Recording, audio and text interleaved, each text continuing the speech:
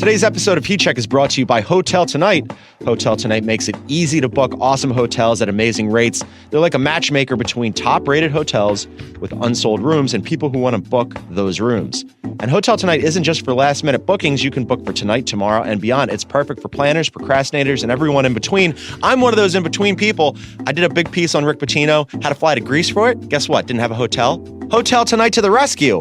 Find sweet deals at cool hotels you'll actually want to stay at. Go to hoteltonight.com or download the app now. He's got smoke coming off his fingertips. He's as hot as a blowtorch. It's a heat check. You knew that was coming. It's heat check time.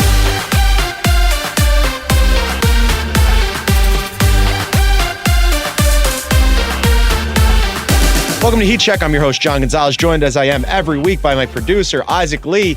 Isaac, unbeknownst to either of us, we were both on the East Coast this weekend. Yeah, I didn't tell you in advance, but I did go to New York City, and you were in Philadelphia. I was in Philadelphia. I saw that you were checking in with the New York office, and I noticed this because you were tweeting about it, but mostly you were just complaining about how cold it was.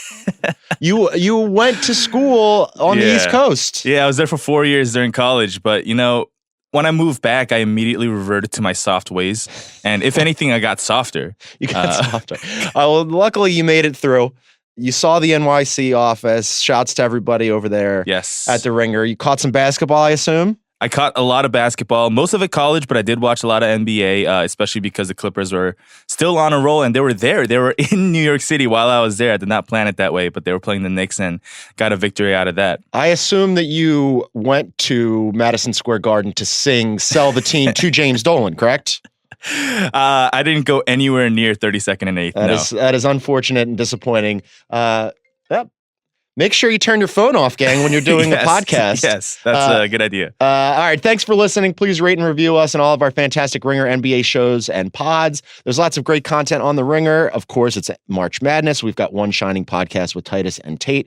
Roger Sherman did the winners and losers from the first weekend of the NCAA tournament. In professional basketball realms, Boston Celtics.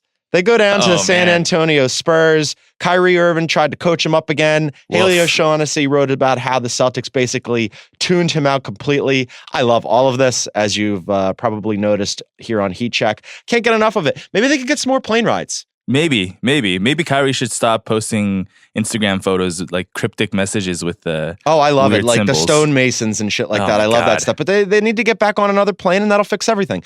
Isaac Lee, you busted my chops because I put together the show outline, and you control F per usual, looking for the Clippers. There's nothing Clippers. Guess what?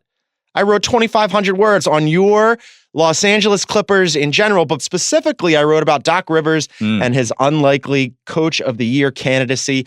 Isaac, I cannot believe that Doc Rivers is, one, still with the Clippers. He's the last guy standing from the Lob City era. And on top of that, they're all thriving. They're all getting along. Yeah. They're all excited to have him. He's sticking around for the foreseeable future. I did not foresee this coming at all. I'm more shocked than you are. Obviously, I follow the team. I'm shocked that Doc isn't playing golf right now as we speak. Golfing, doing TV, that's what I predicted, but he's going to coach for a little bit longer, so check that out on theringer.com. Later in the show, Chris Almeida, first time ever from the NYC office, will join us to talk about the Coach of the Year race, of which Doc Rivers is a part. He'll also be here to talk about his Wizards, because they're terrible, and we always like to laugh at the Wizards. But first, we got to start it off big. And for that, we're going to bring in the most famous man in Heat Check history. Boom shakalaka! He's heating up! He's on fire! All right, joining me in the studio, I'm very excited. He's a repeat offender. He's the head writer of The Late Late Show with James Corden. He's the host of All Fantasy Everything. As I mentioned previously when you were on here, the most famous man in Heat Check history. Thank you very much. Karmel's here. I'm easily the most famous person probably who's been at the studio. Yeah. I mean, if you really want to get into the history of the Sunset Hour studio. Yeah.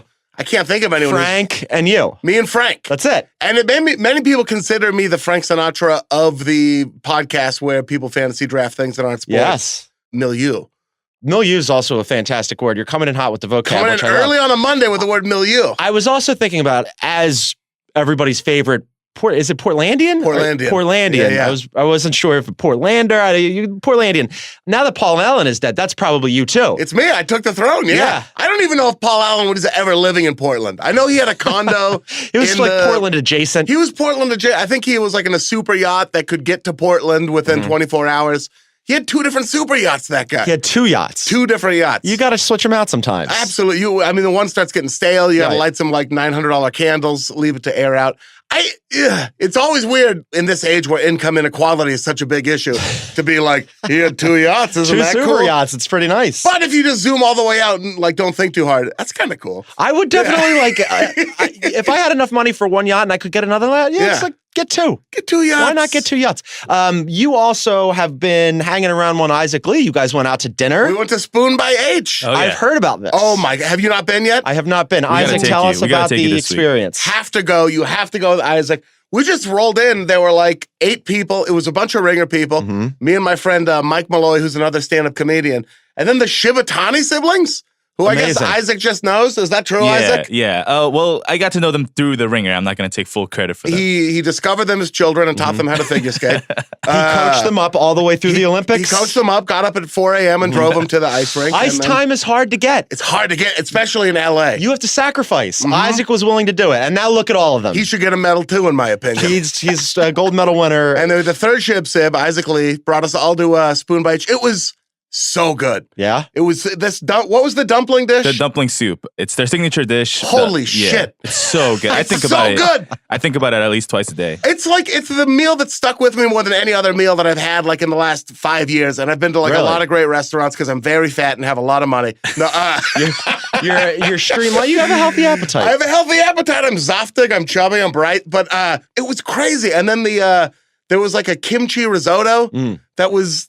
amazing. Yeah, fantastic. That dumpling dish, this sounds gross, but I mean it in the best way. It tasted like if you took like a really good sausage pizza from Round Table and like liquefied it and then put dumplings in that. This is amazing. It was. We should end this podcast good. immediately and go do it. I like that the National NBA podcast has now become a provincial food podcast. Yeah, it's just about way LA better. food. I just want to do that. Come out to LA and eat at some of our fine restaurants. Come visit. It's There's beautiful. a lot of good options. I also want to thank you, Isaac. I want to get your opinion on this. So Ian and I were texting back and forth. He texted me the other day.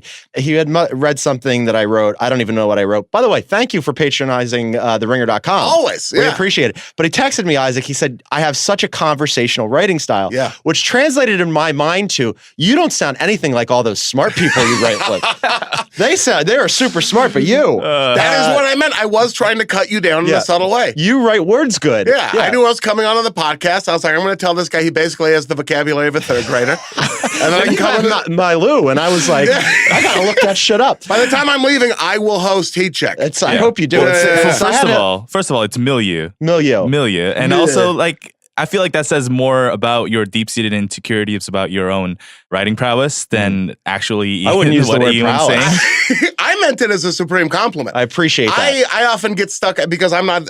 I guess I'm smart, but like trivia smart. You know what I mean? Like I know, like I love a trivia smart. I do too. That's the only kind of smart I am. But like, if I took an IQ test, I don't think I would do like real great on it. But I know that Tallahassee's the capital of Florida or whatever. It's impressive. Look Thank at you this. very much. I'll pull it. I know all the capitals. All trivia everything. Yeah, it's really, all trivia everything. It's really good. We should do a trivia night. We should go and have the dumplings. Are you kidding me? And then trivia. It's going to be wonderful. All right, so we're going to do a couple of different things with you. Oh, wait, let me finalize the compliment. Tell me. I'm sorry, I didn't finalize the compliment. Yeah. When I read your writing, it's so conversational. It feels like I'm talking to you or listening to you on the podcast. Yeah. It's really accessible. You manage to say very smart things, but in a way that like anyone could understand. And that is a skill that I think is more valuable than somebody who can like speak smartly about smart things, but you can speak about smart things in a way that's very accessible and fun and breezy. By the time I'm done reading something you've written, I'm like, oh, where did the time go? It's so I really enjoy your writing. That's why I texted you that. That's you and my mother. I'll take it. Everything you said was a lie, but I appreciate it. Well, later in a little bit, we have to start with the Blazers because you're a Blazers super fan. I want to get a little Blazers talk in on the program. Great. Everybody knows how much I like the Blazers. But we're going to do after that, I thought about this for upwards of seconds. We're going to put together our all entertainment team because we're sort of in an NBA lull waiting for the playoffs to start. Sure. And I thought, what could we do with Ian? And then I thought, He's in show business. I am. You are in show business. Like, you're the most show business person I know. I'm the most famous person who's ever been in the studio. Ever been on this show. So we'll do the all entertainment team in a second. But first, we have to talk about your Blazers. Yes. How do you feel about them now? As I look at the NBA standings, they are solid fourth place, which would mean that they'd have home court advantage in the first round. Oh, yeah. Which is good because they're much better at home than they are on the road. They're 28-9 at home. They're 17-18 away from their arena. Although if you look at the 5th seed, we do pretty good in their arena too. So as we speak right now, I'm glad you brought this up. You are going to be hosting this show by the time we're done. Yeah, That was a great transition. That was really good. As we speak right now, it would be you versus Isaac. Yeah. Blazers versus Clippers. Oh, my God. Loser leaves town match. Loser leaves town match. Get ready to leave. I don't know where Isaac would go. He's from LA. He's from LA. He would Isaac, go back to New York. You can go to Portland, Isaac. Yeah, I mean, I think I would love it. I'm sure. Yeah. It seems like a beautiful town. I liked Seattle when I was there. We're not talking about Seattle. How do you guys feel about that matchup? Now, again, love the Blazers, love everything about Portland, the aesthetic, the whole bit. The Clippers, as people who listen to Heat Check know, is the team that if I were any team that's not the Warriors and Rockets, the Clippers are the team I'd least want to face. You think so? They're playing great. They really are playing and they got nothing to lose. And they're so grimy, They're so, like, who do you key on? Doc Rivers just got an extension. He's feeling himself. Like, I mean, is Patrick Beverley and Danilo Gallinari like this year's version of Drew Holiday and Anthony Davis? It's a weird thing. Us. Lou is killing it. Yeah. Like, oh, Lou's so good. Yeah. I mean, all of a sudden, Landry Shamet and Zubac, and like, this is a nice, fun team with interchangeable parts. They're super deep. They're a professional team. I don't know who you'd key on. They are deep, but like when the bench gets a little bit shorter in the playoffs, you know, when all of a sudden you're playing 7, 8, 9 guys instead of 10, 11. This is how it works. I think then maybe the Blazers have an advantage. Also, if we have home court. Honestly, I hope they play the Clippers because I haven't been able to go to a lot of Blazer games this year. And I love going to Staples Center. You could just come here. When you wouldn't even have to leave. I wouldn't have to leave at all. I wouldn't have to fly up to Portland. I could bring Isaac. This would be great. I could wear like a full Portland Trailblazers uniform. I'm planning on getting the shorts if they make it to the playoffs. And you get kicked out of Staples Center by me. Yeah. I just assumed that you would have that stuff already. I've never broken it out at a game. But I'm ready to go full, like the warm-ups, the shorts, everything. Everybody knows you and Myers Leonard, best friends for life. Great friends. And so I just assumed that he would supply you with all this gear. I wonder what his gear would look like on me. Like those shorts would be very, very long, I feel like. He is the most ripped up NBA person I've ever seen. It's crazy what he looks like. Yeah. He's like an action figure. I feel like if he played in like the 70s, he would have been putting up Wilt Chamberlain numbers just because nobody'd seen what he looked like before, you know? It's interesting that you mentioned the uniform thing. We've immediately veered off topic, but when I was watching the NCAA tournament this weekend, did you watch any NCAA tournament? I watched a little bit of it, yeah. I watched the Duke game last night. The short thing? Yeah. Kind of coming back in the I love it. I like it too. Yes. If you're a grown man, shorts shouldn't go past your knee. Yeah. Is something I've read in both GQ and Esquire at the airport. Yeah. Always at the airport. Yeah. You got to get it. I like showing a little leg. You know what I mean? You're an amazing athlete. You got like fantastic thighs. Why not hike those shorts up a little bit? Show a little leg. Isaac, where are you on short shorts for NBA players or even college players? I think if you're a phenomenal athlete, you're allowed to show however much of your leg as you want. Yeah. If you're not an NBA athlete, keep it at a moderate amount. I disagree. I think everybody should go the shortest shorts possible. I want like Rocky and Apollo running down the beach. John Stockton ass shorts. I always liked it. Celebrating in the surf. I think if it ends up as Blazers and Clippers, you got to both do the short shorts. You'll go together to the game. You'll sit together. We'll get you seats. You can wear an Olden Polonese throwback, just full kit. That's Isaac. Good. That's good institutional memory. I'll do like I'll do a Darnell Valentine look. Is there any consternation for you with CJ McCollum? Oh, like am I upset that he's hurt or like worried? A little worried. Are you a little worried? I'm a little bit worried. Yeah, I mean, the last few games it's been like Dame Lillard unleashed, which has been pretty crazy to watch. Yeah. But yeah, I mean, I'm a little worried. CJ, nervous. A little nervous. I mean, that knee injury. Who did it keep out? It's kept like Kevin Garnett out of a full run of playoffs before. Sure. That knee injury, but he was a little older. Yeah. He's a lot bigger. Yeah. And I mean, CJ, like, I guess that's what you hear about shooters. If like one nagging injury is there, it can throw off their entire, like, the mechanics of their jump shot. And I'm a little bit worried about that with CJ. But even just having him out there in some aspect, just having the threat of CJ out there, even if he's not at 100%, I think that'll still be good enough to get us past the first round. You're very optimistic. I am like very optimistic. I'm knocking on wood, though. It's a tough spot for me. It's like choosing between my two favorite children here, between you two, because I want good things for Isaac and the Clippers. I want good things for the Blazers, of course. I'm a little worried about what happens to the Blazers. Like, obviously, last year, very disappointing playoff performance. good news, no matter who you play, Anthony Davis won't be on that team. He won't be there. Won't be there. No. However, I wonder what happens if they have another disappointing first-round playoff performance. Like, is Terry Stotts the scapegoat? Does Neil O'Shea have to trade one of the two big pieces? Does he move Nurk around? Like, what happens with the Blazers if this isn't a good And I think there's some people who would like, some Blazers fans who would prefer that, but I fall in the other camp. I'm somebody who just enjoys, I like going to the playoffs every year. I like getting like 1, sometimes 2 rounds of the playoffs. So personally, I would hate if that happened, but I think it probably would. If they get knocked out in the first round again, something's going to happen. It's such an interesting like perspective on fandom that you have. Like, and we've talked about this before because the Sixers forever and a day, especially in the aughts during like the Doug Collins era, that group, they were just kind of like semi-relevant, mediocre, middle. Like there was a year where they almost made the Eastern Conference Finals. I remember, I was talking to Thad Young about it when the Pacers were in town to play the Clippers. They lost, but we were like, oh, remember that team? Like it had Spencer Hawes and Drew Holiday and Iguodala and Evan Turner, and they were like fun. They were a good, competent team. They were almost kind of like the Clippers are now, where they were like good and relevant. You didn't want to play them, but they probably had a ceiling that was lower. They have a lower ceiling, but like there were no bad players, right? Yeah, they were just good, and that kind of got boring to me after a while. But the Blazers have essentially been that for as long as I can remember. They've been, I mean, some bad players on the Blazers, but but they've been like recklessly competent for like almost my entire life as a Blazer fan. We've been in the lottery very few times. You had the Batum and the LMA era where it was like, it was a fun group. Those teams were really fun. Wesley Matthews was on those teams. Yeah. I don't know. They've had like really good personalities, and there's something about the way the city just wraps its arms around the team, and the team sometimes wraps its arms back that like, I don't know, in Philly where you have like other teams that like... There's no arm wrapping. No, there's not a lot of arm wrapping. Arming and like, I'd prefer you didn't touch me. And battery throwing and booing. Of course, yes. Yeah. But in Portland, I don't know, maybe it's because it's the only show in town, but like, I've just been like, great, you know, these guys seem like good dudes and it's fun to watch them in a round or two of the playoffs, but I think I'm alone in that. I don't know.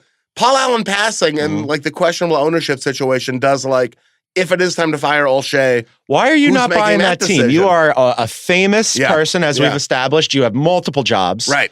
Super rich and successful, and you're about to get a starter yacht. I'm working on my first yacht. Yeah. So maybe you allocate some of those funds. You buy the team. My money's all tied up in gummy bears right now. I'm not liquid. That's the problem. You need to diversify your portfolio. Yeah. Some gummy worms, a yacht, and a team. Soda bottles, a yacht. Yeah, and I'll try to buy the Blazers within the next 20 years. Before we move on to all entertainment team, between the two of you forgot about it already. between the two of you, should we have a little wager? Is there going to be a wager if you guys play each other? Yes, absolutely. I mean, what should we bet? Maybe a dinner at this wonderful restaurant that you were talking about. I think we have to go to Spoon by H wearing jerseys of whichever team wins the first round series. Oh, that's good. That's good. And then whoever wins, whoever loses will pick up the check. Whoever loses picks up the check. Yeah. And the good part is I am not involved in either of this, so you'll just pay. Either one of you will pick up the check for me. You come along, but you do have to wear the jersey still. I'll wear the jerseys, but I want the free meal. And this is a no undershirt jersey situation. This is arms out. I like this. Yeah. All right, so we're in agreement on this. No undershirt, jersey. Yeah. Pick up the check. Pick up the check. Isaac, you're on board. Yeah, here's our audio handshake right here. All right. Isaac makes a lot of money, too. Yeah. The Ringer pays him big bucks. Deep pockets over there. It's going to be excellent. He's actually part of the team of investors I'm putting together to buy the Trailblazers. It's him, minority owner, Carrie Brownstein, me, and Art Alexakis from Everclear. I think you're there. I mean, I think you're already the top bid. I think if Portugal the Man puts out one more big single, they could probably scoop up the Blazers pretty easy. This is fantastic. All right, let's do the all entertainment team. So let's do it. Talking about this. This is a theme that I write about a lot for the Ringer. There are some people like Zach Cram and Charks and Kevin O'Connor who really get super into the numbers. Right. And they don't have a conversational writing style. They are very smart and understand numbers. I am aware that numbers exist. Mm-hmm. I try to pepper them throughout my pieces, but mostly I see the NBA as entertain me. Yeah. Right? Like I'm the exact same way. I watch the games. I watch the games, but like I like the whole world of it. I like all of the things that are involved, including the basketball, but the things that are swirling around it. The extended NBA cinematic universe. Yes, please. Yeah. So let's put together our all entertainment team, and we'll do it as a collaboration. Beautiful. It could be anything. I don't even know if we'll field the full team or if it'll just be fans. Yeah. We should go 15 deep with a D League too. Exactly. Yeah. And we have a lot of G League guys that we want to get onto the team. G League. My bad. Yeah. It's been updated, but it's the same. Yeah. You start. You're the guest. You pick somebody first for our all entertainment team from this season. All right. Well, for an all entertainment team, you need a coach. And I think there's only one coach in all of NBA who's qualified to head the all-entertainment team. It's maybe the funniest man in the NBA, Coach Greg Popovich. You know what? This is a good point. Yeah. He is the funniest man because some people get a little upset about his style. Yeah, I fucking love it. I love it too. I don't have to interview him, you know? Also, I feel like at this point, there's a chunk maybe in the like mid to early 2000s where like maybe he meant it and he was kind of being a prick a little bit. But now anymore, it's like... I think he's in on the joke. I think he's fully in on the joke. He plays with it. I mean, going all the way back to the Hack-a-Shack in that first game back after the finals. Yeah. That one year. That's hilarious. He clearly has a great sense of humor. He seems like he'd be fun to get a bottle of wine with, maybe 2 bottles of wine. Oh, he would have at least 2 bottles of wine. He'd come to Spoon by H with us, no problem, I think. He would also go without the undershirt on his jersey. I feel like he would. Also, all those weird CIA stories he probably has in his back pocket. He's a really fascinating human being. He's a fascinating person. And I do have to interview him. I have found that if you are asking something thoughtful, he'll give you a thoughtful answer. Yeah. However, I have been party to many different interviews where somebody's asked a question and I go, oh no. Oh no, even before he answers. You're about to get popped. Yeah. Most recently, when they came to play the Los Angeles Lakers and the Lakers beat them, this was like, mid-season or something. And LeBron just went nuts in the fourth quarter. Right. And he said something like, this poor kid, he was like, I think he was like a super young reporter guy. And he goes, hey, what happened there with LeBron in the fourth quarter? And his response was, have you seen LeBron? Do you know who LeBron was? And he cut the interview off and went into the locker room.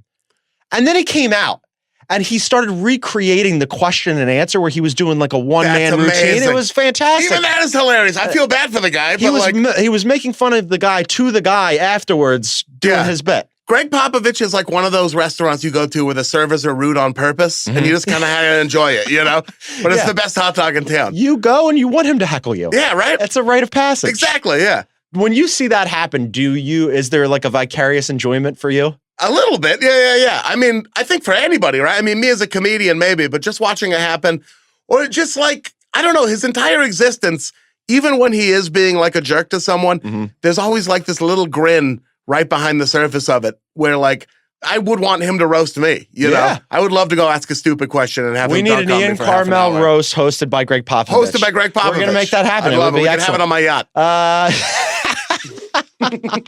Which one? All right. Let's start with, this is a guy I've written about the entire season. I can't get away from him. And normally I would not wish good things for him because he plays for a team that I do not enjoy. Sure.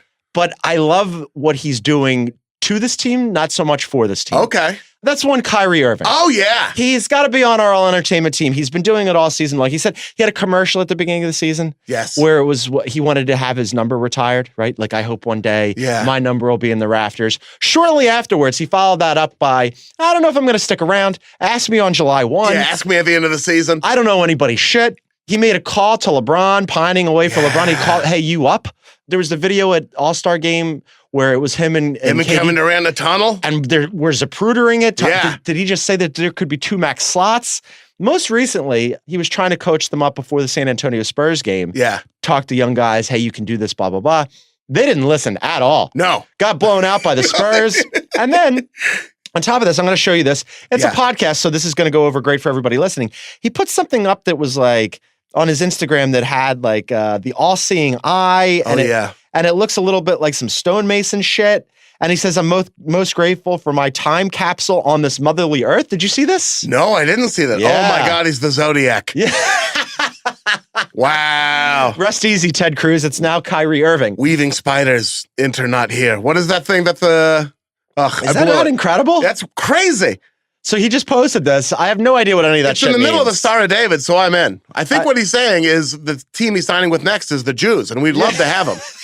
We would love to have Kyrie Irving. He's going to have to change his name from Kyrie Irving to Irving Schlossberg or something like that. It's going to go great. But he can keep the Irving. He's halfway there. Yeah. He's halfway there already. This guy has single-handedly torpedoed the Celtics. Simmons, who, bless his heart, the checks keep clearing, although who knows, this might be my last heat check. As Isaac would say, don't get fired. Has said repeatedly that he thinks like he probably would want him to go. It might be addition by subtraction. It could be a Ewing theory thing. I hear a lot of that. I want them to re-sign him, and I want him to... Now I do want him to be a Celtic for life. I do too. Oh yeah, I want that jersey up in the rafters. Put it up there. Even if it's like in the Hall of Mistaken Jersey Retirements or whatever. But like, he just keeps creating content all season long. It's been content. It's incredible. There's been ups and downs. You know, it's like there's been a strong act 2 where everything got really dark. Yeah. And then there was the plane ride. They had the plane ride. That was supposed to fix everything. And then it got dark again. They got to get back on the plane. They got to get back on the plane. They need another long road trip. But he is amazing. I mean, from Flat Earth all the way up until his little like plane ride that fixed everything. Well, I think I know your sensibility here. Yeah. I love that Flat Earth shit. I love the stonemason shit. There are people at the Ringer. It drives them fucking insane. I see people tweeting about it every now and then. I've even seen people say it's like irresponsible for him to push that. Like Chris Ryan is not here for it, and I'm like, I want all of it. I love it. I hope he comes out saying shit. dinosaurs exist still next, and that Boban Marjanovic is one of them, or something like that. I want all that crazy stuff. I'm not trying to get my science facts from a point guard on the Celtics. Yeah. You know? Yeah. So I want the opposite. I think it's hilarious. The more wild shit that he can get into, the better. Kyrie, thank you for everything. I for wish your Steph service. Curry never would have walked his take back on. Yeah, let it out there. Give me somebody else for our all entertainment team. All right, for our all entertainment team, I'm going to take somebody who is entertaining when he's on the court, but has no choice but to focus on entertainment now that the Lakers aren't making the playoffs. You are very excited about taking this. LeBron James. Oh, I love it. On the all entertainment team. Of course, on the basketball court, amazing. Still, every now and then, got the springs. He can go for a big dunk, make a super athletic move, but just watching the Lakers fall apart like this has warmed my Portland Trailblazer loving heart so much. I believe it was the Ringer account that when they were officially eliminated from the playoffs, we sent something out, and I saw one of the very first replies was one Ian Karmel. Yep. And it was just basically that in tweet form, just laughing a bunch, and then you said, yeah, but seriously, you hate to see that or whatever. I hate to say it. It's unfortunate. I do hate to not have LeBron James in the playoffs. He's an amazing basketball player, but listen, this season of the Lakers has been like watching a great episode of Curb Your Enthusiasm. You cringe all the way through it, but at the end, you're very satisfied. Are you surprised? I'm super surprised. Where did you have them before the season? No, I tweeted. I thought they were probably going to make the playoffs, but I thought it was going to be like a 6, 7, 8. Okay. And I also thought like the team was purposely constructed so that they weren't a serious contender. One of my favorite moments of the season happened before the season when we were at Media Day and Magic Johnson was talking about the roster construction. The rest of us were like you. I'm like, I thought that they were still going to be good because the only math equation that I've ever needed was LeBron James equals playoffs. Right, exactly. Plus whoever equals playoffs, doesn't matter.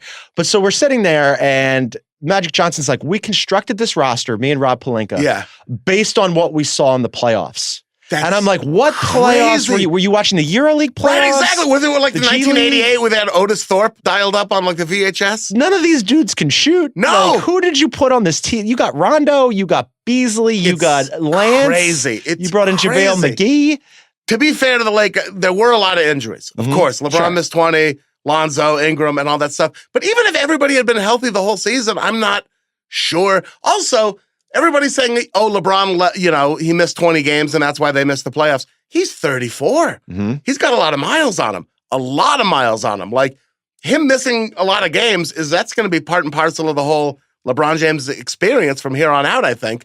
So it's not really a great excuse either. But like you said, this is the all-entertainment team. Yes. And now he's got a zillion things going on in the entertainment. That production company can really kick into high gear. So in addition to the shop and Uninterrupted his podcast, I'm giving him like a free advertisement on the Ringer Podcasting Listen Network. to all the Ringer podcasts first, and then all Fantasy Everything, and then the other shit. He's doing Space Jam 2. The thing I'm kind of interested in, though, because I've been watching the NCAA tournament, and they've been fucking bombarding us. What is that Miles show hosted by Tim Tebow? I don't know. It's crazy. We have to get together and watch that. Watch parties, absolutely. I'm fully in on it. What is it, like a $1 Million Mile or something like that? It's Crocodile Mile? I guess it's kind of like a Ninja Warrior, but not. It's a Ninja Warrior. It looks like you have to run a mile through a Ninja Warrior course. That sounds hard. While an athlete is chasing you? Tim Tebow is chasing you, yelling. What if it's Vince Wilfork, though? Depends on your right. It's just kind of easy. If he catches you, though, and you're fucked. Then you're completely fucked. You don't want that. Yeah. But so good luck with LeBron and his entertainment endeavors. Absolutely. That's crazy. He's got more like shows and movies in development than people who are like just producers. Yeah, and he plays basketball on the side. But a couple weeks ago or a month ago, whatever it was, he goes, you know what? You really got to focus and ask yourself, is basketball the most important thing to you? Because if not, why are you doing this? Yeah. Meanwhile, he's like, I got to go. Space Jam 2 call time? I got to get out of here. By the way, I got to go look at specs for Lola Bunny's outfit. Yeah. So shouts to LeBron. All right, another person for our. We got 2 players, a coach. Yeah. For entertainment, right? You have the people who are doing the entertaining, the entertainers, and the people like me who are being entertained. So I would say that we need somebody to be entertained. We need a fan. Sure. So I'm going to add a fan to our team. Oh, great. And I've been thinking about this a lot because as a Philadelphian, you don't get a lot of famous people. No. Like Will Smith is from there, but Will Smith doesn't really go back much anymore. Yeah, Will Smith is from Mars, I think. Sure. But he would pop in sometimes. Yeah. And he doesn't really pop in anymore. M. Night Shyamalan for a while would show up. Before Meek went away and Meek was with Nicki. Yeah. Meek and Nicki would sit courtside. That was fun. I remember that. And our announcer, Mark Zumoff, used to get very excited when Nicki would show up. Oh, yeah. Loves Nicki. Like, he'd be like super thirsty. Just because he's a big fan of the music, right? Loves the music. Yeah. He's always listening to music. But I'm going to go with our current super fan. Okay. Kendall Jenner. Oh, yeah. Who sits courtside. Her and Ben Simmons are together. They call them Bendel. And according to Lindsay Zolads, who wrote the most and best investigative piece in Ringer history. Yes. She went back and looked at this. Apparently the Sixers, and this might be updated if they played more recently, but apparently when she's in the arena, they're 15-3. That's crazy. She She's should the be up good for luck charm. sixth man of the year. They should put her on the plane. They should bring her with. Yes. She goes on the road. There's no excuse to not have her at every game. Is she the billionaire or is that Kylie?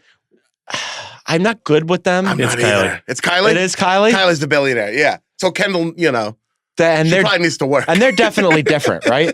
We're sure about that. They're two separate human beings. Yes. Yeah. Recently, whichever one is the billionaire, I remember I got a push alert. Yeah. And it was the youngest ever self-made, and I'm doing the quote thing, self-made billionaire. We're using that loosely. Self-made, yeah.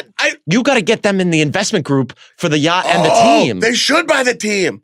Wow, if the Jenners bought the Blazers, I'd be very into that. I assume you know them. I'm great friends with the Jenners. They go to the... Khloe Kardashian, when I used to be on Chelsea lately, Khloe Kardashian hosted a couple episodes. Mm-hmm. Khloe Kardashian is funny. Yeah? Oh, yeah. She'd come into the morning meetings and talk a bunch of bullshit for an hour and then take off. It was amazing.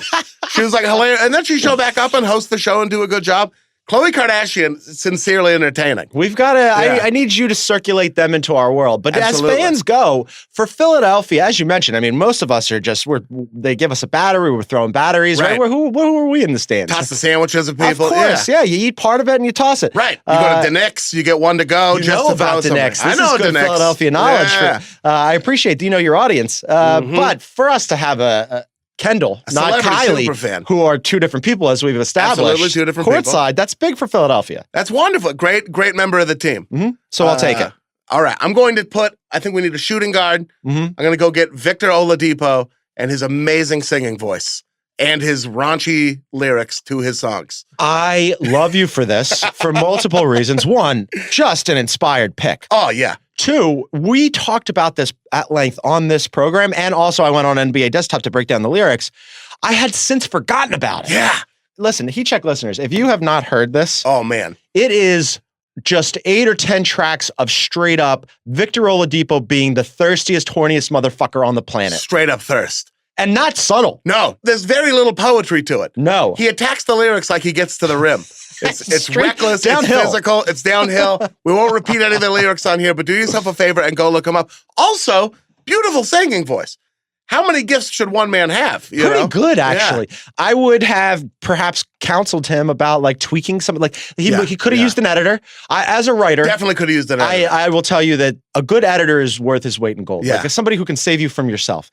I don't think anybody looked at this thing before it went up. I think this was Victor Oladipo Productions presents Victor Oladipo singing Victor Oladipo's hits. I think he did the auto tunes in his basement and he put that shit out. It is really good. But he can sing. He can play basketball. He's the Isaac Lee of the NBA. He's amazing. Isaac, as our resident Heat Check musician and singer, you have multiple platinum songs out, including "Sell the Team" and the Luka song. Of course. What did you make of Victor Oladipo's turn as a musician? Oh, I love his voice. He has a great voice. I do think he was a little too, upfront about his dehydration. I think he should have requested hydration a different way, maybe a little more subtle manner. Can we please get, and I think I speak for everybody here, if I may be so bold, can we please get a Victor Oladipo ice-to-ice crossover collaboration? That has to happen this summer. Listen, I'm down for it. If Vic is Tommy Alter, one of our guys here at the Ringer, is good friends with Vic. So what's going on, Tommy? I'm calling you out. Let's make it happen. All right, so I love that. I love Victor Oladipo. I feel like we need like an owner here. Oh yeah, right. You got to have an owner. It would be you. You haven't bought the team quite yet. Thank you. I'm not in the game quite yet, but I would pick you. I'm still selling off. I told my broker to sell off some of these gummy bear assets, so we're in motion. You're gonna get a lot for it. I'm excited about it. I got to go to New York. Oh yeah, I got to go to James Dolan, who is in the entertainment business. Sure. He's an accomplished musician in his own in the right. Straight Shot, absolutely. Straight Shot, and also one of the more thick-skinned owners, right? Like doesn't let much stuff get to him. Speaking of self-made billionaires. Self-made billionaire, hasn't tried to kick out basically all of New York from both his Knicks games and his performances and his with concerts. JD and the Straight Shots. That really hurts. Not being able to see a Knick game, whatever, but not being able to see JD in the Straight Shot. We should go to that as well. We have a lot of plans. As a performer in your own right, you have, I'm sure, been heckled. Oh, yeah. You still want people to be at your shows and listen to you give your performances. Could you imagine stopping and being like, you know what? Maybe you should go. You leave forever. You get out and don't come back. You roast him back a little bit, Yeah. Maybe you coach him up a little bit. You turn it. I would love if James Dolan is listening to this, and I'm sure he is. He's a big fan. Billionaires respect billionaires. I would love to come over. We'll do like a MTV Made.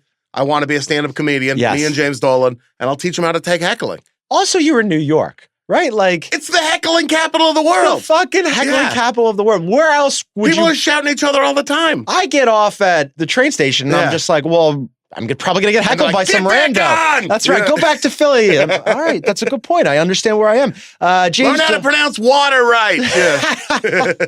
I love James Dolan in the same way that I love Kyrie Irving. Right, exactly. Same way. Wouldn't want to be friends with him. No. Pure entertainment. I might want to be friends with Kyrie, but definitely wouldn't want to work with James Dolan. Yeah. But I'm excited that he owns the Knicks, and I hope he never sells. I saw, just real quick, when I worked for Chelsea Handler again. Yeah. Her manager was Irving Azoff, who is friends with James Dolan. I think they own the Forum together or something like that.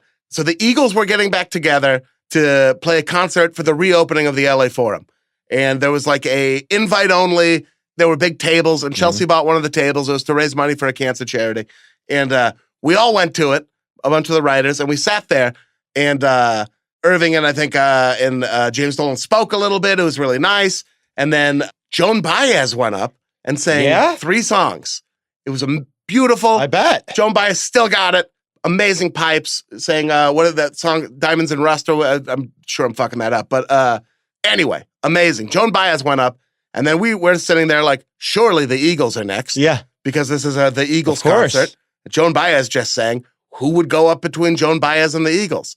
JD and the Straight Shot. Shut the fuck up. They went up and played like 10 songs while James Dolan stood up there with his hands in his pockets the entire time, singing with like a pretty good band behind him, but like him, and they did like 10 songs, and then the Eagles went up and did like 5 songs. I think I would rather see JD in the Straight Shots than the Eagles. I think I would have been like, the Eagles, fuck the Eagles. Yeah. I mean, I'm no huge Eagles fan, but the gall to be like, all right, Joan Baez goes up, and then me, and then the Eagles, of course. Yeah.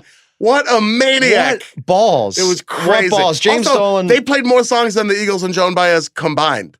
It's really amazing. The Stones on that, dude. Bless his heart. Stay with that team forever. I know that you have to go. I wanted to run one more quick thing past you. Just as I would like to add a social media team to our to our team, because we've got like 2 players and just like a whole front office structure, and then a fan. So nobody's actually playing on our team. Kind of like how they built the Lakers last year. Yeah. I wanted to add the Orlando Magic social media team. For sending out a tweet on behalf of Markelle Fultz. Last year, they sent out, congrats to Shelvin Mack for leading us in assists. I remember. And it was like 2.8 assists per game. It was amazing. This year, they sent out a tweet on behalf of Markelle Fultz. It said, the Markelle Fultz effect. Yeah. And then it had him in a Magic uniform, along with the quote, I'm just glad to be here to be able to support these guys as we push for the playoffs. Wow. Fucking amazing. Magic social media team, welcome to the all entertainment Heat Check team. They're like the Harmony Korine of Twitter. It's like heartbreaking. it's incredible. Poor Markelle Fultz is just like, yay. Oh, he's become a mascot, even in Orlando. Yeah, it's really tough. Getting Magic shade. Shout out to the Trailblazers social media team, too. Shout out They're to very good. They actually are very good. They're the reverse of the Orlando Magic. He's the head writer of The Late Late Show with James Corden. Jordan. He's the host of All Fantasy Everything. You can catch his stand-up special on Netflix. He's everywhere. He's also, if I may be so bold, please, handsome, smart, rich, funny. Absolutely. If I may say, this was a terrible day for your enemies. It was yet another terrible day for our enemies. It's Ian Karmel. Shout out Mike Malone. Yeah. Ian, we love you, buddy. I love you. Thank you so much for having me on.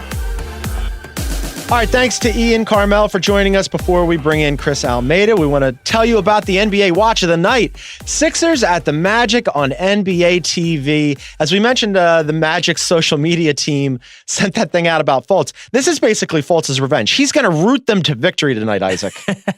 Yeah, just playing from the bench or something like that. He's going to cheer so hard. No one has ever cheered harder. And really, that's what you need from a guy who the Sixers spent 2 first-round draft picks on. You want him to be on the bench in Orlando just rooting real hard at this point of the season. So I think that that's a success for everybody. He's here to do 2 things. He's going to kick ass and cheer, and he's all out of asses to kick. It's the Markelle Fultz effect. Be sure to check out the Sixers at the Magic on NBA TV, followed by the Nets and Ian Karmel's Blazers on NBA TV. Big doubleheader. Remember, gang, if you want to watch every NBA game, subscribe to NBA League Pass on NBA.com or from your preferred video provider. Before we get to Chris Almeida, a quick word from our sponsors. Today's episode of Heat Check is brought to you by ADT Real Protection. When it comes to something as important as your family's safety, you deserve real protection from ADT. Real Protection means the nation's #1 smart home security provider is standing by and there for you when you need them. Real Protection means having a safe and smart home with everything from video doorbells, surveillance cameras, smart locks, lights, carbon monoxide, and smoke detectors in a system that's custom designed to fit your lifestyle. And setting up custom automations to do things like lock the doors and set the thermostat when you leave. The future is now. Real Protection means staying safe on the go, in the car, or when your kids are at school with the ADT Go app and SOS button. Real Protection means 18,000 employees safeguarding you. Real Protection means direct connections with first responders. No matter how you define safety for you, your family, or your business, ADT is there. ADT, Real Protection. Visit ADT.com/podcast to learn more about how ADT can design and install a secure smart home just for you. Today's Heat Check is also brought to you by Ship. Men, are you looking for a new way to date online? Well, listen up. Ship. SHIP. I've heard, I don't know, I want to just warn my wife about this. I've heard that it's awesome. I haven't checked it out. Apparently, it's 75% women right now. That makes your odds, quote, awesome. And in addition to searching for someone special on your own, you can even recruit your in a relationship or married friends to join your crew and help you date. I would be in that category. I would be helping Isaac Lee on Ship find his paramour because I'm his wingman. And that's right. Ship is the new dating app that lets your friends set you up. Here's how it works. If you're single, you sign up and you invite your friends to join your crew. If you're not single, you just sign up and invite a single friend that you want to find matches for. So I would go on there ostensibly and set up Isaac Lee, who, by the way, ladies, eligible, very eligible. Go out there and get it, Isaac Lee.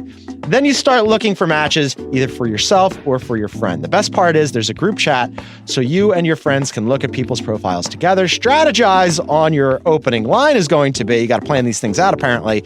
I've been out of the dating game for a long time. Dating is more fun when you do it with your friends. Download Ship for free at getshipped.com/NBA and start today. That's getshipped.com/NBA. As soon as I get off the air, I'm going to get on this thing and find matches for Isaac Lee. And now let's bring in Chris Almeida. Boom shakalaka! He's heating up! He's on fire! All right, joining us on the other line for the first time ever, I'm very excited to have him, an editorial assistant. Chris Almeida is here. What's up, Chris? Hey, happy to be here. This is exciting. The last time I saw you, we were both in Washington, D.C. You are a Wizards super fan. You were one of several. We actually have like an unusual proportion of Wizards fans between you and House and Kwok. And you were not excited about the way that the Wizards played last year. No, not really. All of our Wizards fans seem to be in the New York office. We all sit in one room and kind of rile each other up. It's for the best. We keep you guys cordoned off. We're just going to send House up there and he'll be in the office with you. Oh, that'll make things a bit louder. So you were not thrilled with the way they played last year. You were clearly not thrilled with the way that they're playing this year. But you're muddling through. Yeah, I guess so. You know, I've gotten used to it at this point. I was kind of early as far as Wizards fans go on the this isn't working train. And so I guess I haven't been too disappointed with last season or this season, really. I'm more focused on where the team is trying to go, and I don't think they know. Yeah, which is par for the Wizards, and I really enjoy it in the same way that I enjoy when Boston fails. So Godspeed to Washington, to you and to all of our Wizards fans. You wear a lot of hats here at TheRinger.com. You edited Dan Devine's piece breaking down the Coach of the Year race. So I wanted to get into that with you because I also similarly just wrote about Doc Rivers, about how he signed an extension unbeknownst to a lot of people with the Clippers that took away his out clause. Doc Rivers, not just with the Clippers, but thriving with the Clippers. And so I just wanted to talk about the Coach of the Year race with you. I assume that you think Scott Brooks should win it, but we'll just put him off to the side. Oh, yeah. Yeah, Scott Brooks is having a killer season. But let's go through the different candidates, and you start off and walk me through who we think will be in this race, and then at the end, you and I will discuss who we think should win.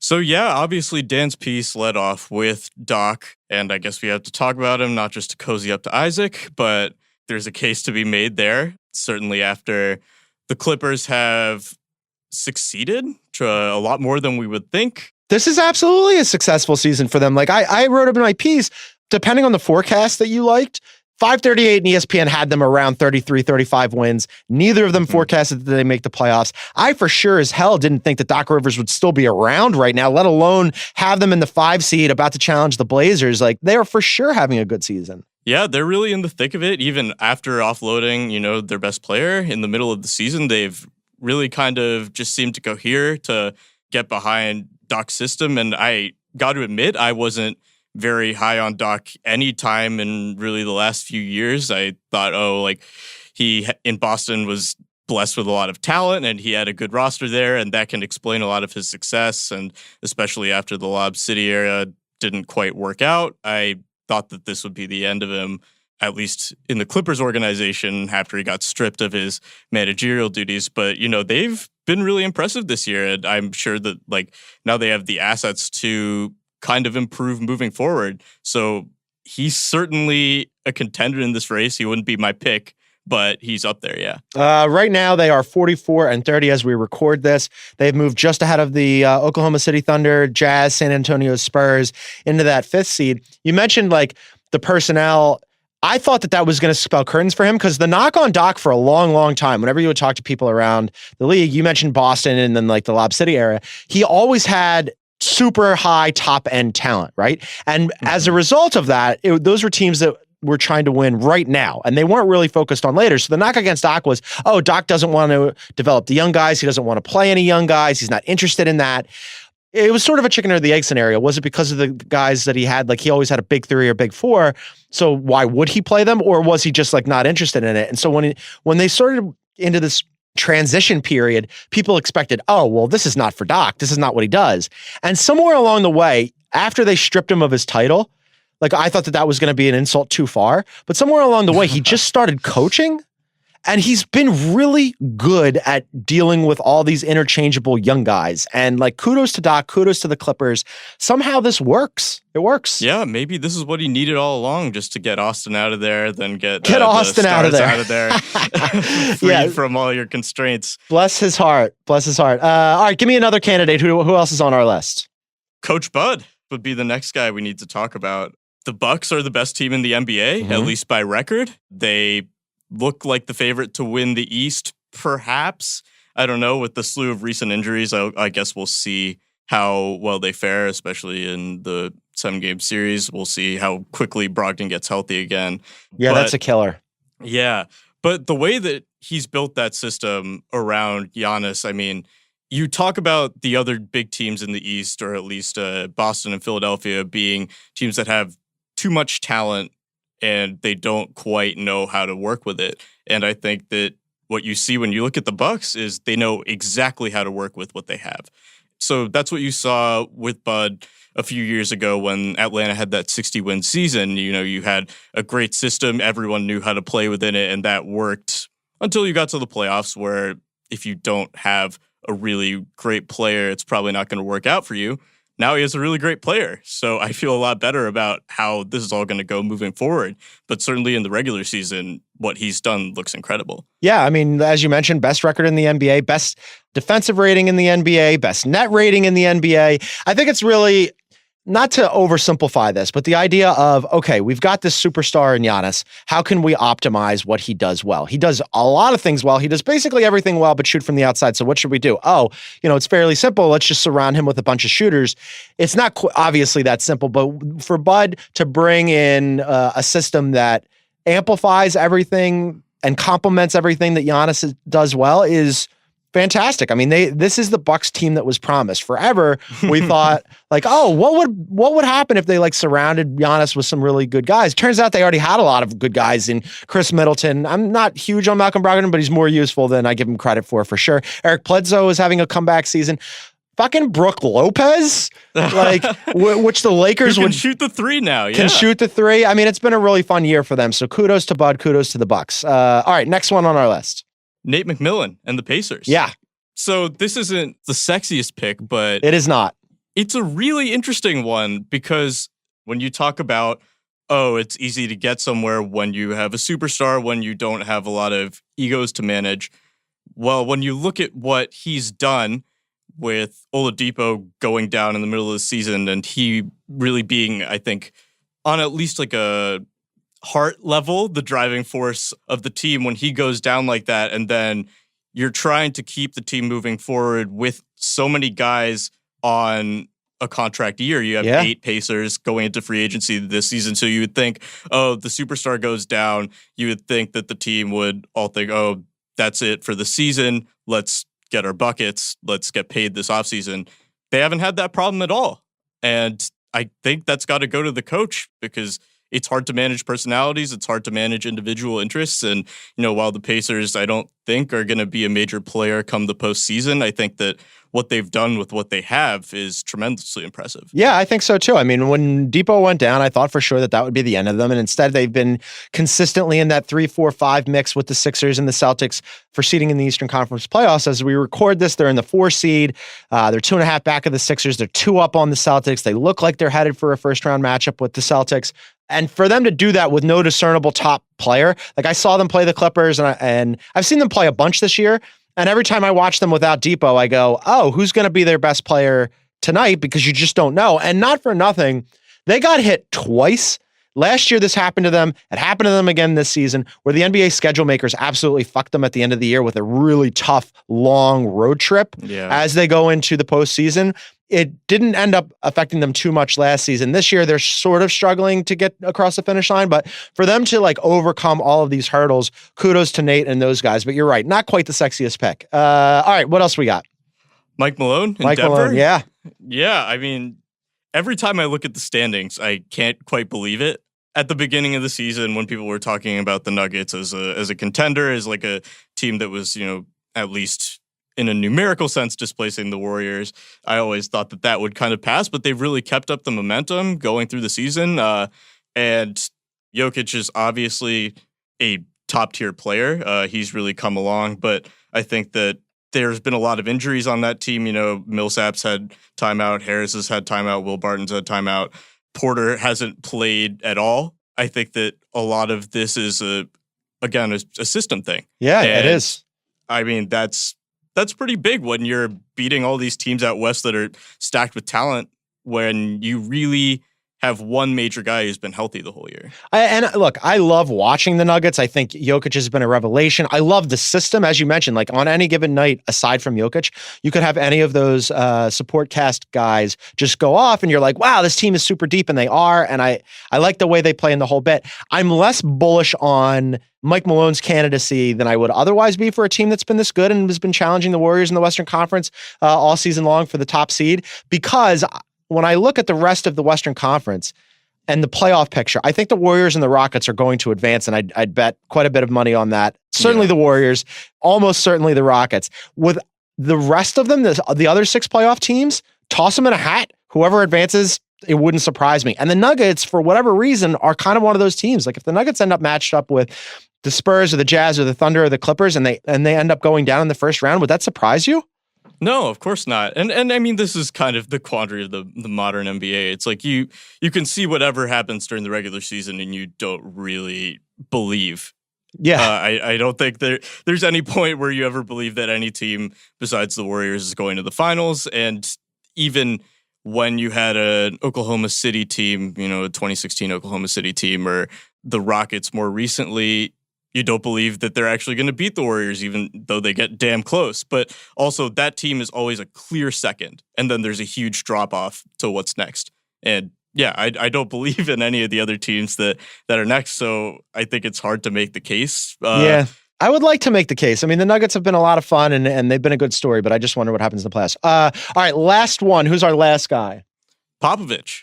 Oh, you got so we're not talking about Nick Nurse? You're laughing at me. No, let's do Popovich. Let's do talk Popovich. about Nick No, Nurse, no. Just do the Pop one. Go ahead. I mean, there were points during the season where I think a lot of people thought the Spurs were going to miss the playoffs for the first time in 2,000 years, but they've recollected themselves. And I mean, there's been a lot of words spilled on how great of a coach Popovich is, so I don't think I have to remake the case there. He wouldn't be my pick this year just because I think that you need to be a bit more successful than they've been. But I think it's impressive that they're still managing to stick around with a hodgepodge cast of whatever is left through the years. You lose your best player and pick up a guy like DeMar DeRozan, who's very much not a Popovich guy. He's a high usage, relatively low efficiency guy, and they still have managed to do pretty well. I think that is good for Pop. He's definitely not above any of those other guys we mentioned here, though. Yeah. This is sort of like a head coaching emeritus nod here. We had mentioned when Ian Karmel was on earlier, it's okay because he's not going to win the coach of the year this year, but he was the coach of the all entertainment Heat Check team. So that works out great for Pop. I think it's interesting, though. You're right, because a lot of people wrote him off. And as Dan Devine is happy to do it every single turn and bust my balls about it, in December, I wrote a piece about how no cavalry was coming for the Spurs. And immediately they got really good and thundered into the playoffs, and they're going to be in the playoffs again. And Dan loves to bust my balls about the Ringer curse. So congrats to the Spurs. Congrats to Pop. Another good season for them. They'll never die. It's really amazing. I have no idea how a roster of Rudy Gay, LaMarcus Aldridge, and DeMar DeRozan makes the playoffs in the Western Conference, but it does. And credit to Pop. We'll also mention Nick Nurse, because if not, Toronto fans will get very upset with me. But I can't imagine that Toronto's going to end up with the head coach of the year 2 years in a row. So Nick Nurse is just sort of like a dark horse candidate out there. Before I let you go, let us both pick our coaches of the year. You tell me. You go first. You're the guest. I like Bud. I think that's the easiest pick. I think you need to look at how successful the team's been, and they're the most successful team. That's an easy one for me. I think he probably will win it. Maybe he even should win it, but I'm not going to do that because we don't do the easy thing here on Heat Check. In the interest of domestic bliss, because as we say on Heat Check, you got to know your audience. Isaac Lee, would you like to weigh in on who you think should be the coach of the year? I don't know about should, but I would love it if Doc Rivers actually won coach of the year just to reward the really shocking success of the Clippers. But I do think Bud deserves it. Although the case against Bud, I will say, and I can't believe you guys didn't mention this, but the whole merit of Coach Bud is that he's not Joe Prunty. Is that he was better than Jason Kidd and Joe Prunty with the greatest player in the NBA right now. Which it is a very low bar to clear. I was looking at this today. I cannot believe Jason Kidd was coaching the Bucks last year. That feels like 15 years ago. Coach the Bucks. Congratulations to the Bucks. Gosh. You're in a much better spot now. Forget about deserve. I'm just declaring it. The Heat Check Coach of the Year, Doc Rivers. Congratulations to the Clippers on an amazing season. Isaac Lee, you're really living your best life. Chris Almeida, you're working on a piece about one Brad Beal, who is having a killer season. Bless his heart, because it's the only bright spot for the otherwise dimly lit Washington Wizards. So be sure to check him out on theringer.com later on this week. Chris, you are the best. Thanks for doing this. Thanks for having me.